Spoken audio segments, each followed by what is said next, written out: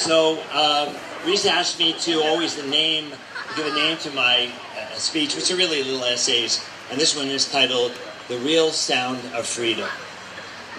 So exactly 17 years in a day, with no effort on my part, but I trust a great deal of effort on the part of my mother, Dorothy, I arrived at the Toronto General Hospital.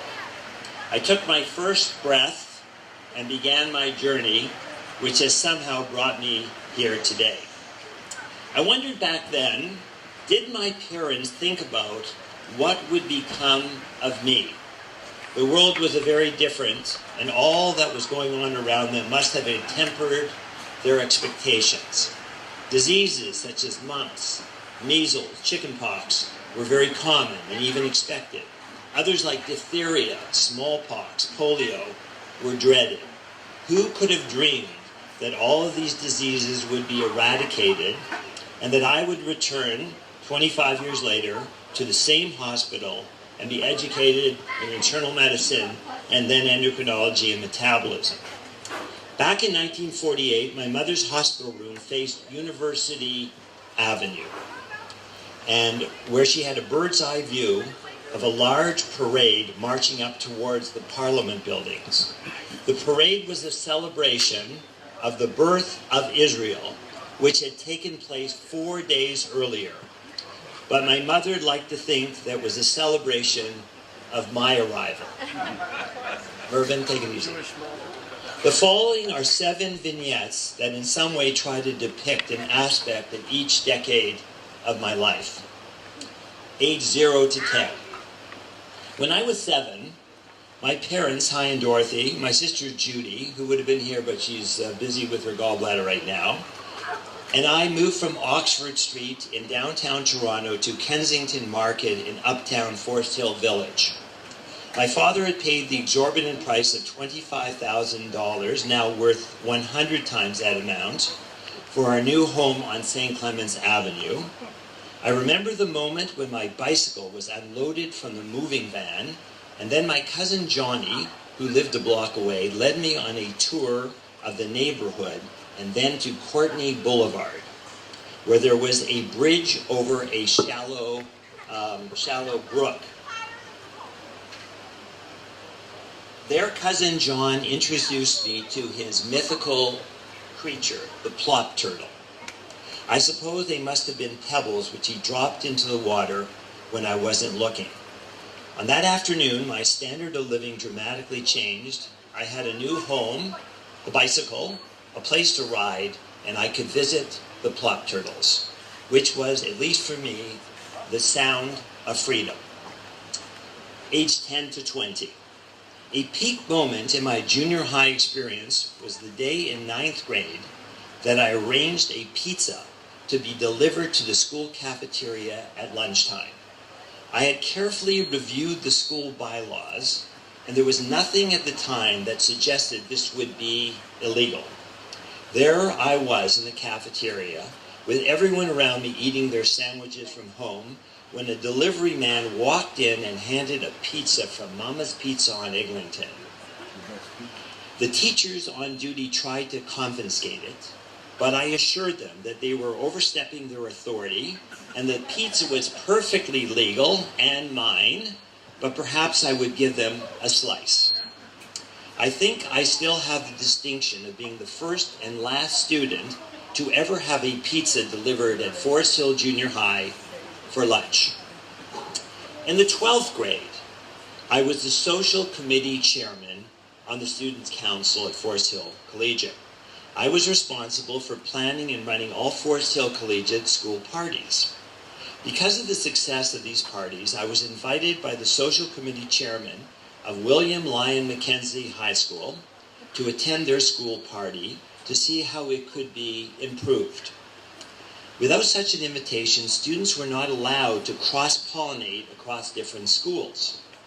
It was at that party that I spotted a shockingly good-looking 16-year-old girl named Risa Tesler. She was friendly, inquisitive, and drop-dead gorgeous. That was the beginning of, as Bogart would say, a beautiful relationship. Age 20 to 30. Now this was a big decade. I went from David Feinstein to David Feinstein MD to David Feinstein MD, FRCP, etc.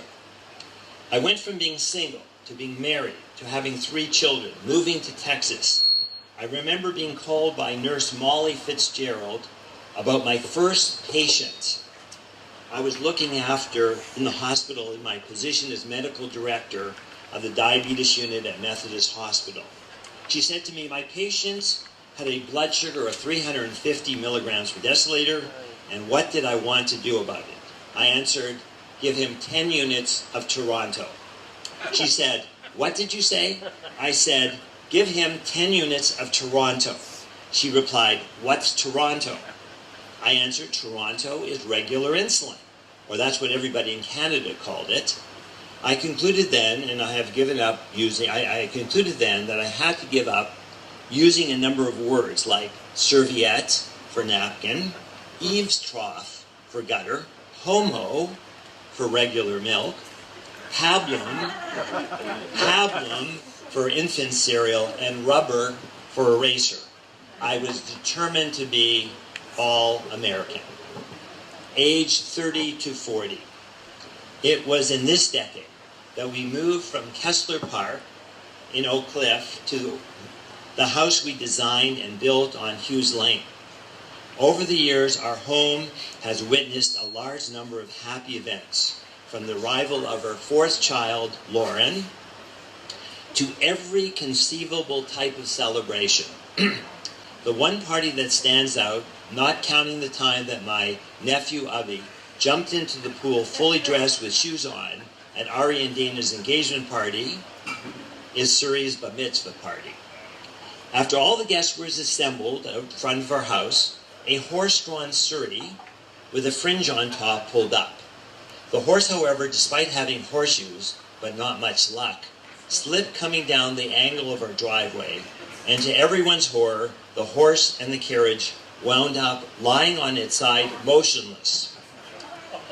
Fortunately, a number of strong young guests were able to right the horse and carriage, and then Surrey got in the surrey and was able to surrey on down to a Stone Soul picnic.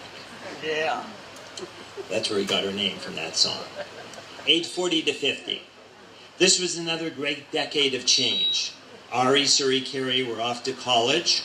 It was a decade where many businesses were undergoing mergers and acquisitions, and we had our very own acquisition. Abby joined the family, and the center of axis in our family shifted for the better.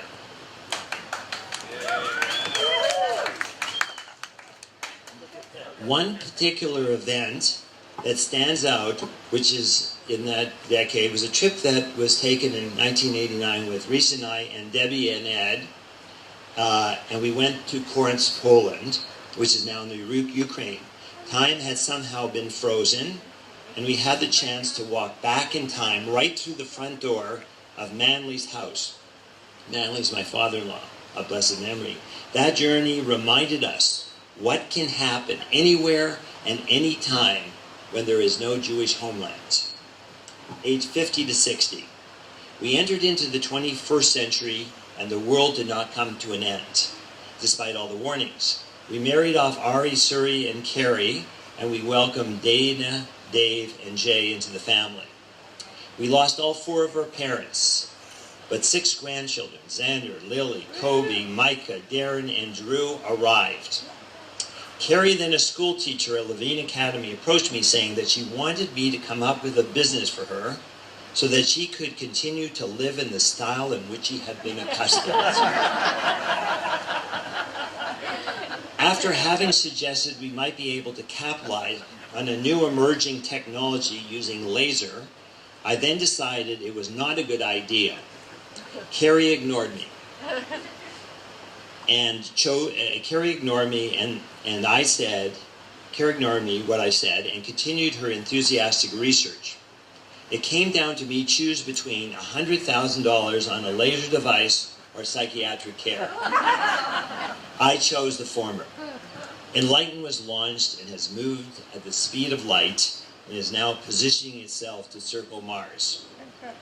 If I played some role in all of this, it has been by staying out of the way, an approach I've tried to perfect. Age 60 to 70. With the help of Ari, son-in-law Jay Seidlin, the Enlighten MD building was born. Abby and Lauren were married, and we welcomed Eric and Max. 6 more grandchildren arrived: Ray, Lev, Benji, Cole, Bram, and Caleb. I had my prostate gland trimmed up and an aberrant circuit in my heart that had plagued me since I was 24 ablated. We took several of our grandchildren on trips: Micah, Lily, and Ray to Disney World, Xander to the Grand Canyon, Carlsbad Caverns and Japan, Darren to the solar eclipse in Salem, Oregon, Kobe to the Grand Tetons in Yellowstone, and Drew and Kobe to Big Bend, and most recently, Micah and Lily to Italy. Our new business card reads, "Have grandchildren, will travel." In our recent trip to Italy, we did the usual things: gondola rides in Venice, Juliet's balcony in Verona, leather market in Florence, the Vatican, the Colosseum in Rome. We also went ghetto hopping all over Italy. Our granddaughters Micah and Lily learned firsthand how Jews were blown around Europe like a driven leaf and then forced to reside in small, tight, impoverished, overpopulated ghettos that were locked closed at night. In Rome, we observed the inside wall of the Arch of Titus, erected in 81 CE, the infamous fresco depicting Roman soldiers marching off with a menorah from the sacked city of Jerusalem. This was a reminder of all that had been plundered from us over the years. From Rome, we sent Micah and Lily back to Dallas, and Reese and I went on to Israel to join the Israel Bond delegation. We were there to take part in the celebration of the fact that Israel was turning 70. I can report back to you that despite the fact that Israel, over the past 70 years, really over the past 3,070 years, had to endure every conceivable hardship, but Israel is alive and well. Israel has been reborn in precisely my lifetime. It is a refuge for oppressed Jews. It is a beacon of light in a very dark world. It is a reminder to the world that Jews will no longer put up with oppression that has been thrust upon us for thousands of years. From the deck of the Hilton Hotel in Tel Aviv, we watched the Independence Day air show as 3 F-35s, built right here in Texas, screamed across the sky.